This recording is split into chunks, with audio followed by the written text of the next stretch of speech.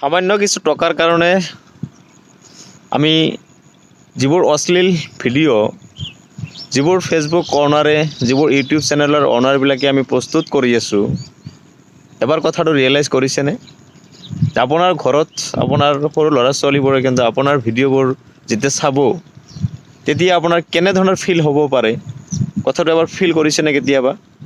সামান্য কিছু টকাৰ কাৰণে আপুনি আপোনাৰ সন্তানৰ আগত কাপোৰ খুলি নগ্ন অৱস্থাত বিভিন্ন ধৰণৰ ভিডিঅ' বনাই আছে আৰু সেইবোৰ ৰীল হিচাপত আপুনি ফেচবুকত, ইউটিউবত, ইনষ্টাগ্ৰামত আপলোড কৰি আছে।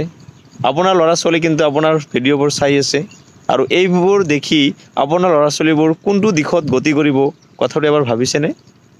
নিজৰ ল'ৰা ছোৱালীৰ আগত সদায় ভাল কাম কৰিবৰ কাৰণে আপুনি চেষ্টা কিয় নকৰে?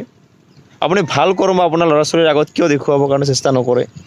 আপুনি অশ্লীল ভিডিঅ'বোৰ বনাই, নগ্ন অৱস্থাত ভিডিঅ'বোৰ বনাই, বিভিন্ন ধৰণৰ নেগেটিভ ৱাৰ্ড ইউজ কৰি আপোনাৰ ল'ৰা ছোৱালীৰ আগত আপুনি যে এইবোৰ আপলোড কৰি আছে, সময়ত আপোনাৰ ল'ৰা ছোৱালীবোৰে আপোনাক লজ্জিত নকৰিবনে? সময়ত আপোনাৰ ল'ৰা ছোৱালীবোৰে আপোনাৰ এই প্ৰস্তুত কৰা ভিডিঅ'বোৰ নাচাবনে? যদি আপোনাৰ ল'ৰা ছোৱালীবোৰ বিপদগামী হয়, আপোনাৰ ল'ৰা ছোৱালীৰ দৰে সমাজত ল'ৰা ছোৱালীবোৰ যদি বিপদগামী হয়, ইয়াৰ কাৰণে দায়ী কোন হ'ব কওকচোন?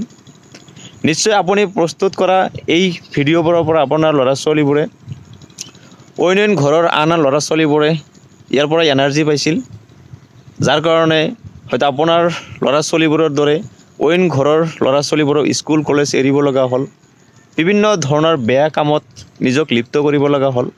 আজিকালি সমাজখনত য'তে ত'তে বিভিন্ন ধৰণৰ ছেক্সুৱেল হেৰেছমেণ্টৰ মেছেজ নিউজ আমি বিভিন্ন ধৰণৰ নিউজ পৰ্টেলৰ, বিভিন্ন ধৰণৰ ছ'চিয়েল মিডিয়াত আমি পাই আছোঁ। আৰু এইবোৰ আচলতে কেনেকৈ হৈ আছে?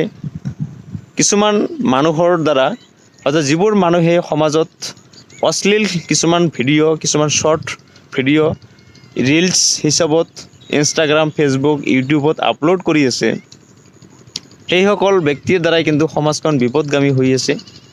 আৰু আচলতে আমি সমাজখনত কোন দিশত গতি কৰাব বিচাৰি আছোঁ, কথাটো এবাৰ ৰিয়েলাইজ কৰিছেনে?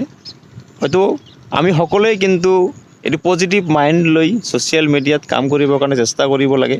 আজি আপোনাৰ ঘৰৰ ল'ৰা ছোৱালী যদি বেয়া হয়, আপোনাৰ ল'ৰা ছোৱালীৰ দৰে যদি অন্য ঘৰৰ ল'ৰা ছোৱালীবোৰ যদি বিপদগামী হয়, সমাজখন যদি বেয়া পথত পৰিচালিত হয়, সমাজখন যদি বেয়া দিশত গতি কৰে, দেশ এখন যদি বেয়া দিশত গতি কৰে, তেতিয়াহ'লে ভৱিষ্যতটো কি হ'ব এবাৰ ৰিয়েলাইজ কৰিছেনে? হয়তো এইখন পৃথিৱীত আপুনি মই ক্ষণস্থায়ী, সময়ত এইখন পৃথিৱীৰ পৰা আমি সকলোৱে বিদায় মাগিব লাগিব। আমি যদি সকলোৱে ভাল কাম কৰি যাওঁ, তেতিয়াহ'লে হয়তো এই ভাল কামৰ প্ৰতিফলন এদিন আমাৰ ল'ৰা ছোৱালীবোৰে সমাজখনত আৰু ভাল দিশত আগুৱাই লৈ যাবৰ কাৰণে চেষ্টা কৰিব। গতিকে যিসকল ফেচবুক অনাৰ, যিসকল ইউটিউব চেনেলৰ অনাৰবোৰে বিভিন্ন ধৰণৰ ছ'চিয়েল মিডিয়াত যিসকল বন্ধু বান্ধৱীয়ে কাম কৰি আছে, যিমান পাৰে আপোনালোকে ভাল কাম কৰিবৰ কাৰণে চেষ্টা কৰক।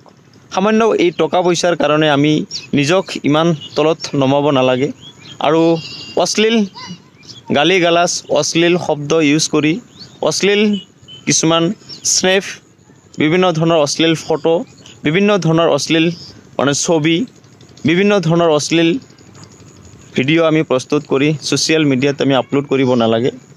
সকলো বস্তুৰ কিন্তু এটা মান মৰ্যাদা থাকে। আমি নিজৰ মান মৰ্যাদা আমি নিজেই বজাই ৰাখিবৰ কাৰণে চেষ্টা কৰিব লাগিব আৰু ইয়াৰ কাৰণে কিন্তু আপোনাৰো ভাল, আপোনাৰ ল'ৰা ছোৱালীৰ কাৰণেও ভাল, সমাজৰো ভাল। গতিকে যদি আপুনি এইবোৰ কাম কৰি আছে, ইয়াৰ পৰা আপুনি বিৰত থাকক। ধন্যবাদ। জয় অসম।